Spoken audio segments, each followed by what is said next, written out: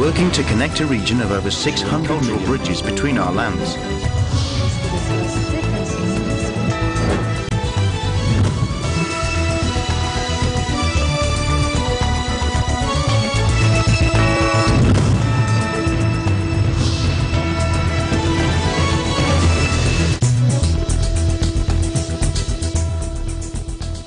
Hello and welcome to ASEAN in Focus. I'm Maricar Velasco, delivering to you the latest news in and around the ASEAN region. On today's headlines, Indonesia's president has started beaming a hologram of himself to reach voters in key battleground provinces as he shuttles around the Southeast Asian archipelago ahead of national polls. Jakarta and Kuala Lumpur have agreed to settle Manila's concerns over the surge in palm oil imports from the Southeast Asian neighbors, with the Philippines proposing that they restrict their exports to a level not detrimental to Filipino copra farmers. North Korean tourism officials urged Vietnamese travelers to seize a golden opportunity to visit the country following a summit between Kim Jong-un and U.S. President Donald Trump in Hanoi last month.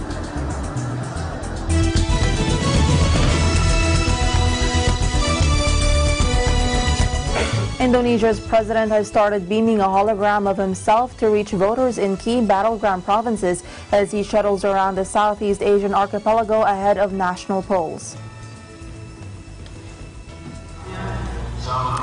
Joko Widodo, running for re-election in the world's third biggest democracy, has a tight schedule, so he and his vice presidential running mate are projecting three-dimensional images of themselves at some campaign rallies, according to his team. The high-tech campaign launched this week and is targeting the heavily populated provinces of West, Central and East Java, seen as key sources of support. More than 190 million people are registered to vote on April 17, with thousands running for seats in parliament and local councils across Indonesia, the world's biggest Muslim majority nation.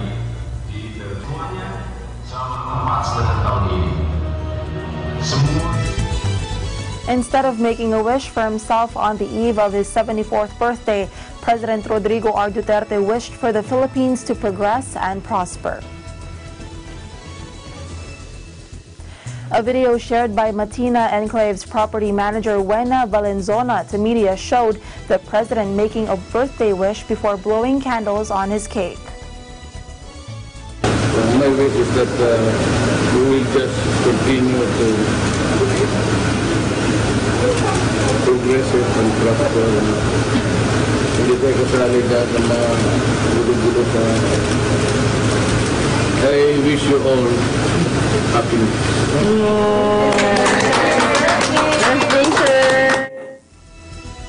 Meanwhile, photos shared by former special assistant to the president and senatorial candidate Christopher Bongo showed Duterte feasting on assorted maki, sashimi, and other Japanese food. As in previous years, Duterte spent his birthday with family in his hometown, Davao City. Duterte is the oldest Filipino politician to be elected president in Philippine history. A Vietnamese woman on trial for assassinating the North Korean leader's half-brother is expected to learn next week whether her second bid for freedom has succeeded, according to her lawyers on Thursday. 30-year-old Doan Thi Huong's lawyers have lodged a second application to the Attorney General seeking her release, and on Monday, prosecutors are expected to announce his decision in court. The second representation was essentially to the Attorney General to reconsider his rejection of the earlier representation. Her lawyer, Eaglenews.PH, told media. Huong could walk free like Asia, see her murder charge reduced, or in a worst-case situation, her murder trial proceeds. If the trial goes ahead, Huong is scheduled to testify. After prosecutors refused to drop charges against Huong, she sobbed in the dock and had to be helped out of court by police officers. Both Huong and Asia denied murder, insisting they were tricked by North Korean spies into assassinating Kim and believed it was a prank for a reality TV show. Huang is now the only person on trial for the killing and could face the death penalty if convicted.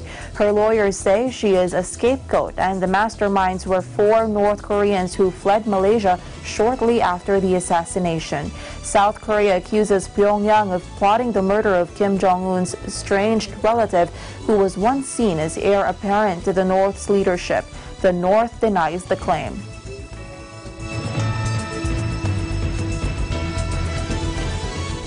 Philippine journalist Maria Ressa, a prominent critic of President Rodrigo Duterte, was rearrested on Friday in what press freedom advocates called retaliation for her news site's dog coverage of the government.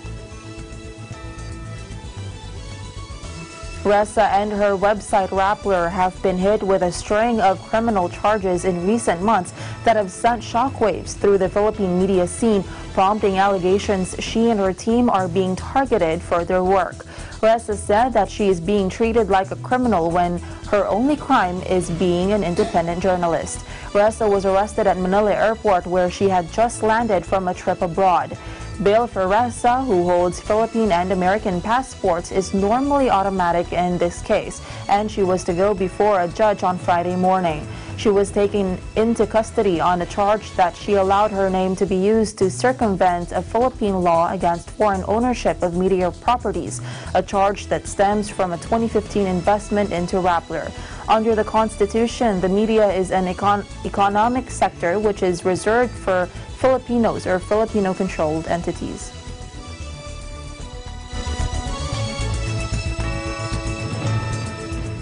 Rappler's Chief Executive Officer Maria Ressa posted bail on Friday, March 29 in her anti-dummy law case. Ressa posted a 90,000 peso bail before Branch 265 of the Pasig Regional Trial Court after she underwent booking procedures at the Pasig Police Station. The posting of the bail came following Ressa's arrest upon her arrival at the Ninoy Aquino International Airport at 6:30 a.m.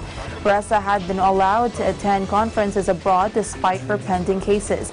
In a statement, Ressa's lawyer Francis Lim said this latest episode of his client's arrest was not surprising and they prepared themselves for it. He said that it should be crystal clear that these acts of harassment will not deter their clients from doing their duty as journalists. They believe in the rule of law and it is their fervent hope that they will prevail in the end. The information was filed in court after the Securities and Exchange Commission ruled Rappler allowed disqualified foreigners from Omidyar Network to intervene in the media outfit's operations via the Philippine Depository Receipts Rappler issued in 2015. The SEC said Rappler violated the constitutional restriction on foreign ownership of mass media when it issued the PDRs and ordered its incorporation papers revoked. The Court of Appeals has denied Rappler's appeal of the SEC decision, but ordered the Commission to probe the effects of the subsequent donation by Omidyar of the PDRs to Rappler's managers. Ressa's co-defendants, Rappler managing editor Glenda Gloria and Manuel Ayala, James Bitanga, Nico Jose Noledo, James Velasquez, and Felicia Atienza, all members of Rappler's 2016 board, have already posted bail in the anti-dummy law case.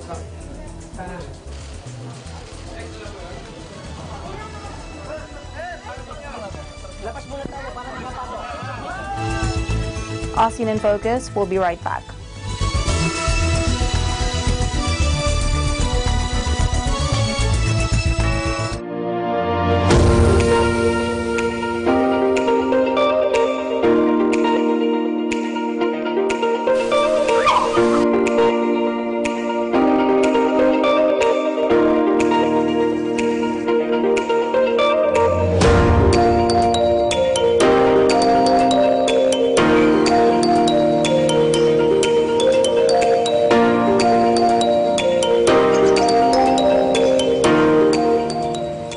Visiting the Philippines, Manila or Quezon City is a popular destination.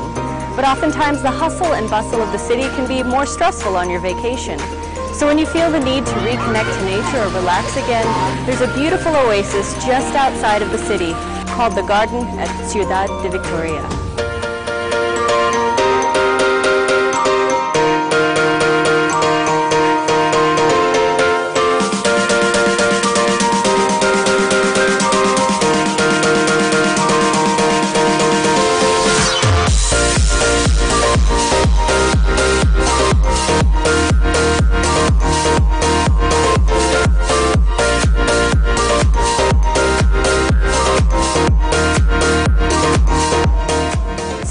species that you can see here include hydrangea, snapdragon, and stargazers. They're truly beautiful.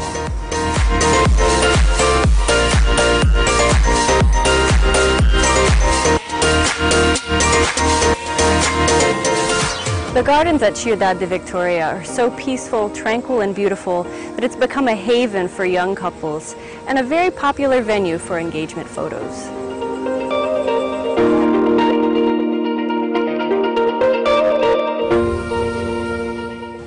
The next time you want an escape from the big city, the garden at Ciudad de Victoria is a wonderful place to visit.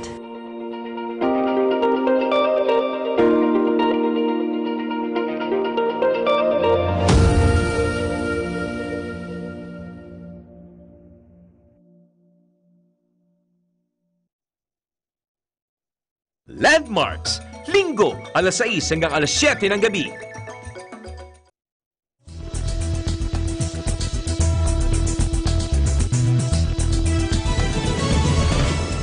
Welcome back. The ASEAN Women's Circle, or AWC of Jakarta, inducted its new president, Madame Dani Salvono, at the 2019 installation ceremony held at ASEAN Secretariat in Jakarta today. The ceremony marked the official handing over of the AWC presidency from Madame Sari Tupercaya to Madame Salvono. Madame Percaya opened the ceremony with a reminder that it only took passion and one's bare hands to make a difference. She highlighted the fundraising activities and charitable projects accomplished during her tenure as AWC president and thanked the ASEAN Secretariat for their support as well as the Executive Committee for their hard work. In her remarks at the ceremony, AWC Chief Patron Madame Yasmin Fatir, spouse of Indonesian Vice Foreign Minister Abdurrahman Mohammed Fatir, expressed her appreciation to the outgoing president for her leadership and the Executive Committee for their devoted work. For his part, ASEAN Deputy Secretary General for Community and Corporate Affairs, Dr. Ak Mokhtar, pledged to continue support of the ASEAN Secretariat to the new AWC President and Executive Committee. He said that the Secretariat looks forward to continued collaboration with AWC to deepen and expand outreach to the ASEAN community. In her acceptance speech, Madame Salvono, spouse of Indonesia's permanent representative to ASEAN, said that she would do her utmost to continue the work that had been done with the support of the Executive Committee.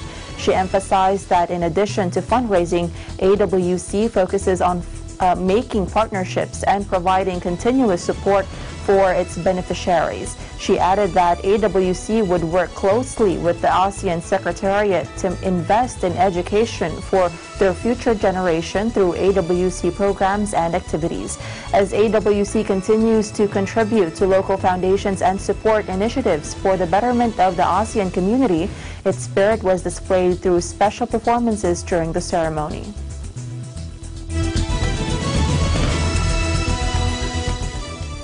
Jakarta and Kuala Lumpur have agreed to settle Manila's concerns over the surge in palm oil imports from the Southeast Asian neighbors, with the Philippines proposing that they restrict their exports to a level not detrimental to Filipino copra farmers. Agriculture Secretary Emmanuel Piñol announced on Thursday that Malaysia and Indonesia have agreed to form a tripartite technical working group to address the reported dumping and smuggling of palm oil from them over the recent years. The agreement was reached on Wednesday during the courtesy call of Malaysian and Indonesian officials at the office of Piñol.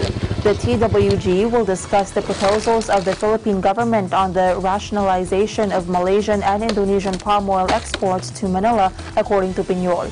One of the proposals of the Philippines is for Malaysia and Indonesia to keep their palm exports at levels which would not hurt Filipino coconut oil and local palm oil industries. Piñol also recommended that Malaysia and Indonesia verify reports that some of their palm oil products are being smuggled to the Philippines. Furthermore, the agriculture chief also appealed to Malaysia and Indonesia to open up their markets to Philippine coconut-based products to correct the trade imbalances between the countries countries that have been in favor of Jakarta and Kuala Lumpur. The Department of Agriculture earlier recommended the temporary ban on Malaysian and Indonesian palm oil imports through the imposition of quantitative restrictions. However, it was discovered that after the rice trade liberalization law was enacted, the country has lost its authority to impose or during times when import surges harm domestic industries. At present, the government may only increase tariffs to deter the entry of more palm oil imports in the domestic market. Palm oil imports from ASEAN nations are tariff-free.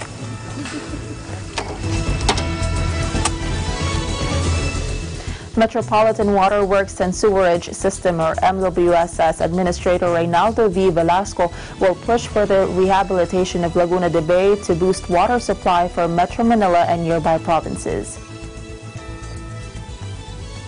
At a press conference on Tuesday, Velasco said he will recommend to Malacanang the massive rehabilitation of Laguna de Bay, a 90,000-hectare freshwater lake. Aside from the Kaliwa Dam, Velasco said Laguna de Bay is a potential source of fresh water. However, because of its current condition, Laguna de Bay will require massive rehabilitation. Maynilad Water Services, Inc. is drawing 150 million liters per day from Laguna de Bay, which it treats at the Putatan Water Treatment Plant. The recently operated Cardona Water Treatment Plant of Manila Water Co. Inc. started drawing water from Laguna de Bay on March 14. By the end of the year, it is expected to produce 100 MLD. The Laguna de Bay, he said, can potentially supply around 12,000 MLD of raw water. Velasco defended the decision of the Duterte administration to pursue the 12.2 billion peso 600 MLD new Centennial water source Kaliwa Dam project against critics, saying it is by far cheaper than the $410 million Kaliwa intake weir project offer of a Japanese firm. Aside from Kaliwa Dam, the Duterte administration is also eyeing the revival of the Wawa Dam in Montalban, Rizal. Velasco said the Duterte administration has put in place short-term, medium-term, and long-term solutions to the perennial water supply shortage in Metro Manila and nearby provinces, including the possibility of drawing more water from Laguna de Bay. He said that at a recent meeting with other members of the Duterte cabinet, he brought up the idea of pushing through the plan to rehabilitate the Laguna de Bay. Velasco added that hopefully in the next 5 to 7 years, with the Kaliwa Dam in place and other initiatives of the MWSS together with Maynilad and Manila Water, there will be an adequate supply of water for Metro Manila and nearby provinces.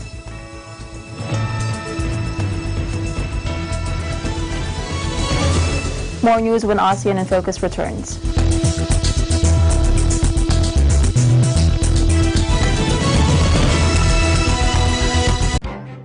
Events happen around us all the time, in our community, in our country, around the world. Events that affect people, move communities, or simply inspire us. Interesting events that people need to know. In these interesting times, we continue to be a competent partner in delivering news about these events. Fast, accurate, balanced. Eagle News, because we live in interesting times.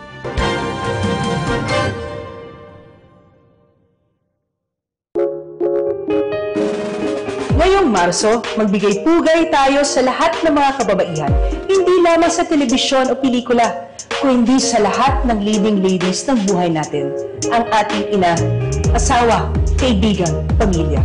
Bakit di nyo sila i-treat? Sa sining magugustuhan nila? Kami sa MTRCB, hindi lamang tuwing Marso namin binibigyan ng kahalagahan ng mga kababaihan, kundi sa buong taon. Sana, kayo rin. Hi everyone, I am Nicole Tongo, your ABC Las Vegas correspondent, reminding you that we should view every day as a new day. We should not let the troubles of the past hinder us in moving forward in life. And don't forget to watch Digital Nest on Tuesday and Thursday at 7:30 p.m. only on Net 25. Again, I am Nicole Tongo and I am one with 25.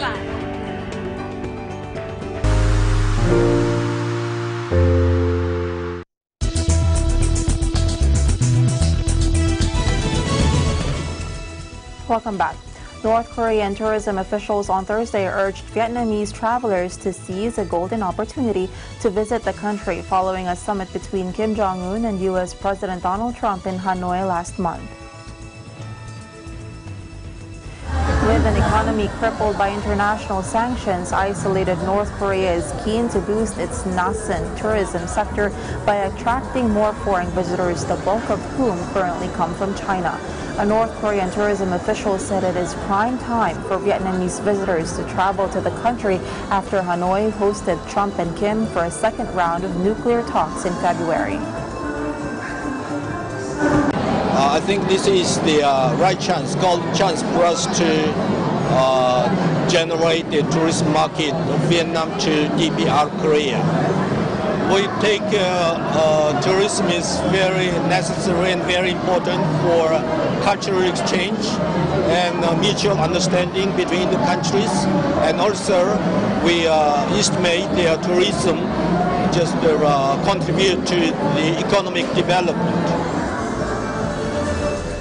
His company hosted a booth at a tourism fair in Hanoi this week with brochures advertising a dolphinarium, a science and technology complex, and the Victoria's Fatherland Liberation War Museum in ever-changing Pyongyang, while others urged skiers to pay a visit to the Masikryong Mountain Resort. Kim paid an official visit to Hanoi after his meeting with Trump, piquing curiosity among some Vietnamese eager to know more about the reclusive leader and his country. Bây giờ tôi muốn khám phá cái đất nước bí ẩn này, tôi thấy mọi người đồn đi sang đấy rất là nhiều. Cái thứ nhất mình cần khám phá, kiểu giống như thời bao cấp mình ngày xưa đấy.